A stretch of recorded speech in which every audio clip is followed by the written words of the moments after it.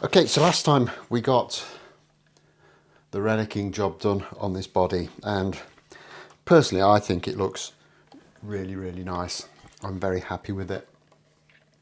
And more importantly, the customer is happy with it too. He really likes the way that I've done this and kind of said it was exactly what he wanted. It didn't meet with universal approval in the comments, and they're just the clean ones. However, there were some very useful comments about other techniques that I could have used, so it's well worth reading through just to get some hints and tips yourself. This is though a very subjective matter, and as far as I'm concerned, there are no right or wrong opinions, so all perspectives are welcome. So in this episode, I'm going to focus again on the body. I'm just going to take a little bit of time to get everything fitted onto it, get the wiring sorted out, and basically get it to the point where it's a completed body and it's ready to be reunited with the neck once we finish it. But the first thing I want to do, if I get rid of some of this, is I want to get the knobs off, leave the switch tip on. I'm going to get rid of this protective cover.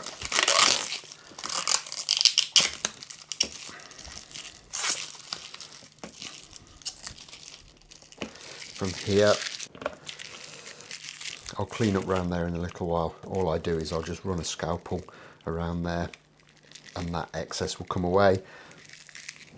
I mean, in theory, I could just take the pots out, but it feels like a little bit of additional work at this stage. And what I want to do is I'm just going to quickly take a photograph of this and see what the customer thinks about the level of shine on this pickguard, whether he thinks it's too shiny or not. And luckily I'm able to pick up the shine from one of my filming lights. So that message has gone off. I shall await his reply. And while I'm at it, I'll just very quickly tidy them up. I say quickly. Probably just as quick to take them out, but there you go. That's not happening today.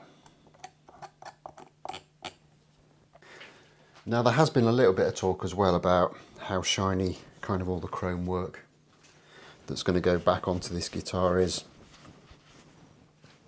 And it does kind of look quite new, but to be honest, we've only done quite a light relic job on this, so it isn't that out of place, I don't think, and as long as it's not polished too much, I'm sure it'll be fine. So I don't think we need to do anything with that. I mean, if we get it all together and we can't live with it, it's not a massive issue. Literally a couple of hours to sort that out. So I'm just waiting for that reply to come back. However, there is one other issue that I want to address before we go too much further, and this is the neck pocket. As you can see there, there's actually quite a build-up of paint in that corner, and it's enough that it would affect how the neck is going to sit in there. So to get rid of that shouldn't take too long. A bit of 400 paper. I'm not going to sand it off, but I'm going to go back a bit of an angle just where it meets that corner and take some of that off.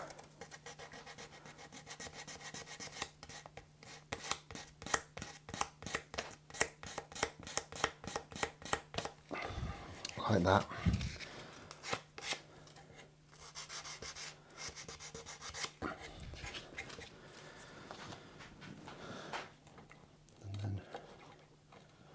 Ever so carefully, without digging into the wood, I'm just going to scrape the bulk of that paint off.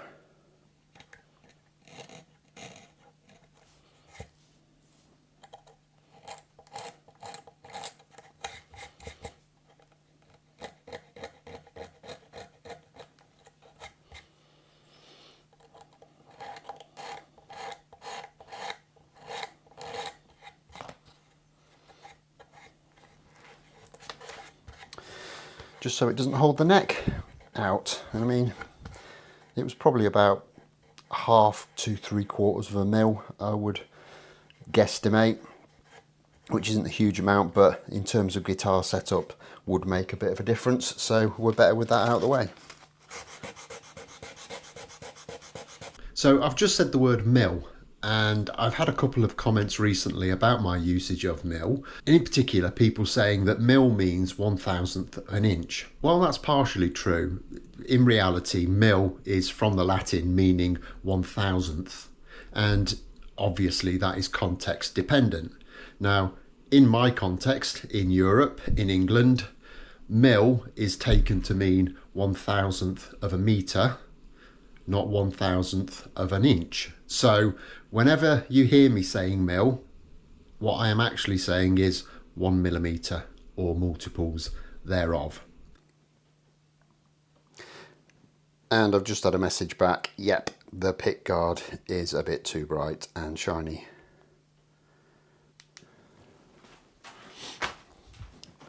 So I think the first thing I'll do then is I'll chase all the wires through to the output and the ground that's going to the claw, get the pickguard screwed in position, and then we can look at dulling it down a little bit so it isn't quite so shiny.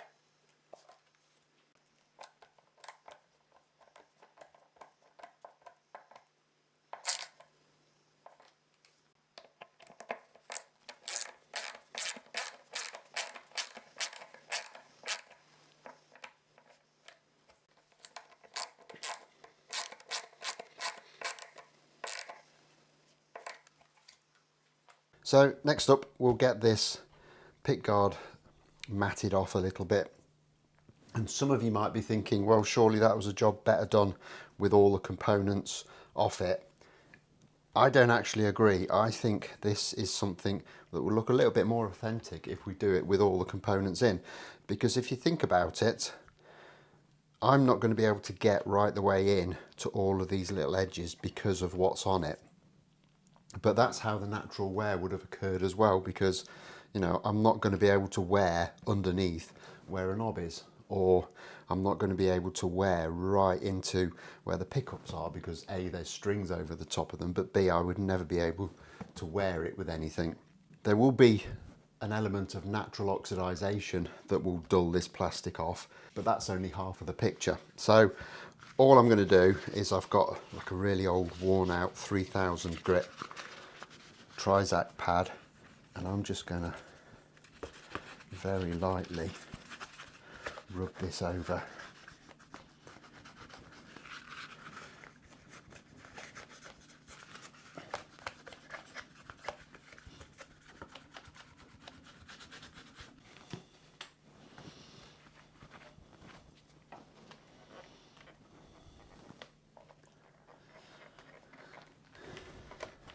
And I'm deliberately trying to do it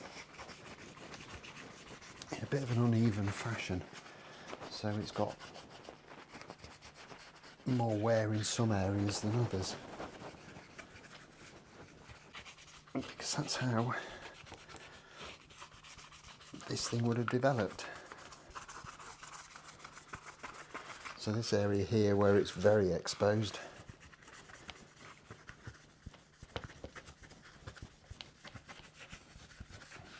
I've given quite a bit.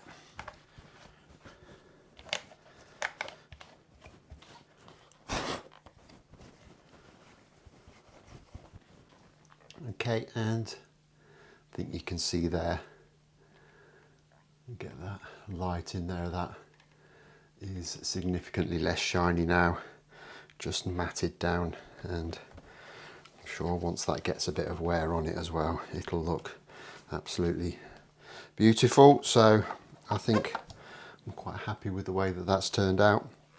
Now another way of getting that effect would have been to use a little bit of really fine wire wool, but obviously I didn't want to do that with the pickups in situ because all of that kind of swarf from the wire wool would have just collected on the pickups and would have been nasty. So the way I've done it seems to have worked really, really nicely, so I'm happy with that. So we can get all of the knobs back on.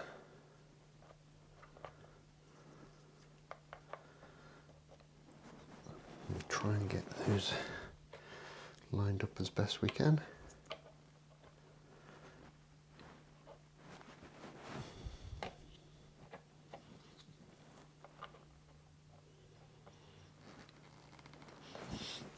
And we can crack on. We're getting the rest of the hardware installed, and I think we shall start by getting the bridge screwed in. And I'm going to be a little bit careful with these screws because when I disassembled this, half of them were kind of backed out quite a long way, and I'm not really sure why that was. It might have just been that someone's not done a particularly good job of kind of setting this up. It might be unlikely, but it could be the case that they were installed that way in the factory in the first place and that they've never been fully seated. So I just want to take my time putting them back in, because the last thing I need is for one of these to snap. That would be horrendous.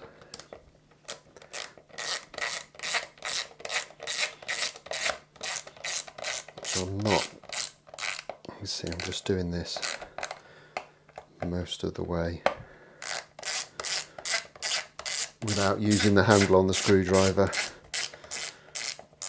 and that way I can feel if they're kind of getting tight before they're fully seated.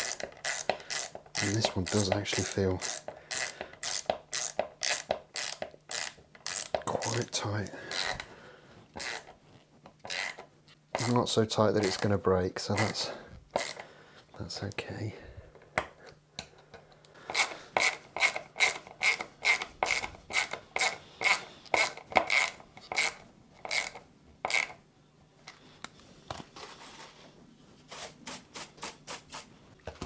Cool. Okay, so with that done, I think I'll get this turned over and we'll get this claw installed on the back, get that soldered in position with that ground wire, and we'll be getting somewhere close then.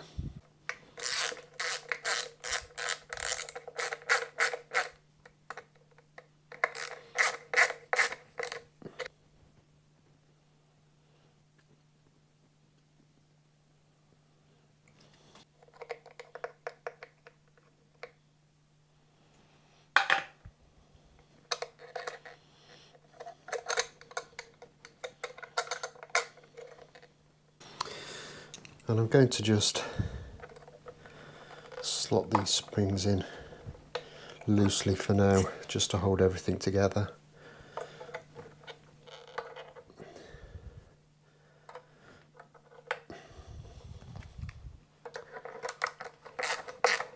Put a little bit of tension on, just to stop everything rattling around. And we can button that up. For the time being, I fully anticipate that we'll have to take this back off again when it comes time to do the setup.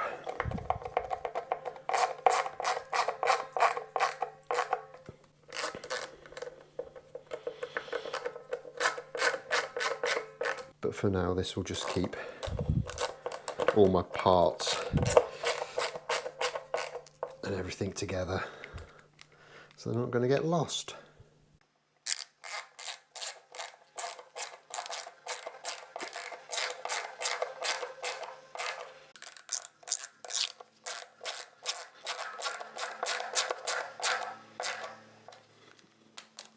And then there's only a couple of more little bits to do. Strap buttons.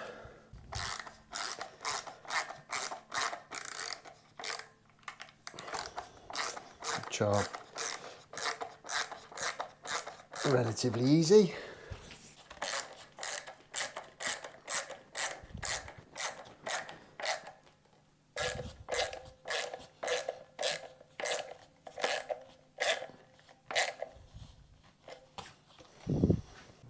And then we just need to sort out the output jack. However, this one has been used before and I don't have one to replace it, so we need to do a bit of cleaning up on this. We need to get all this manky old solder off and get rid of any old bits of wire that are stuck in there.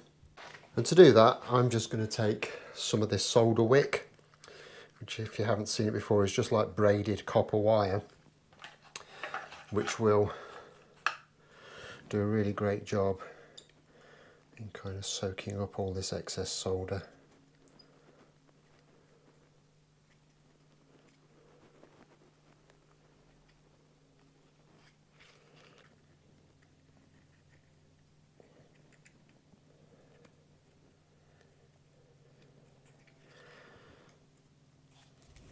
And that will just give me a really nice clean terminal to solder onto.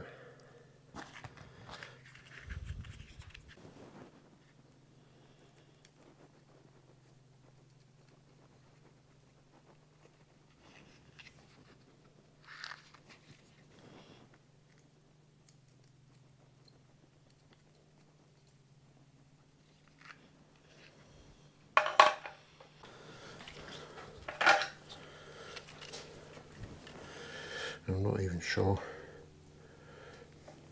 how bothered I am if we get a bit of solder onto this paint at this point. Just adds to the effect.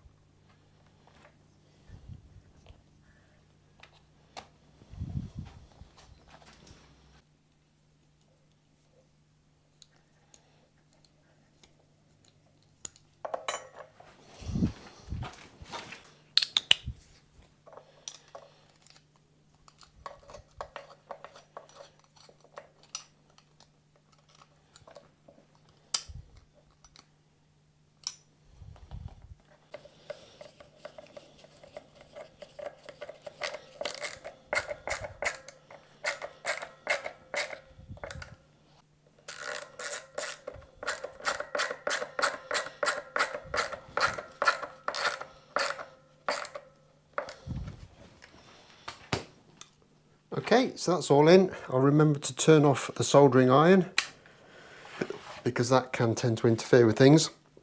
I'll break out the little shop amp and we'll just triple check that everything still works.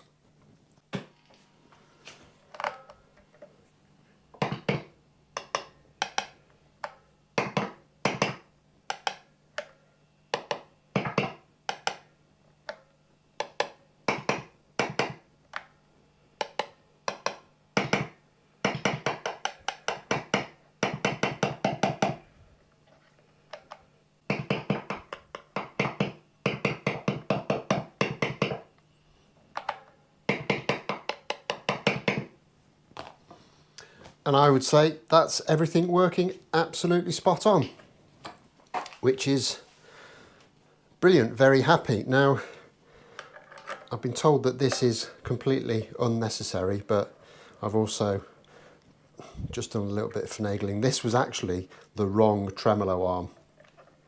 So I've had to do a little bit of work to get it to fit. I don't think it's ever going to get used, but it's there just in case.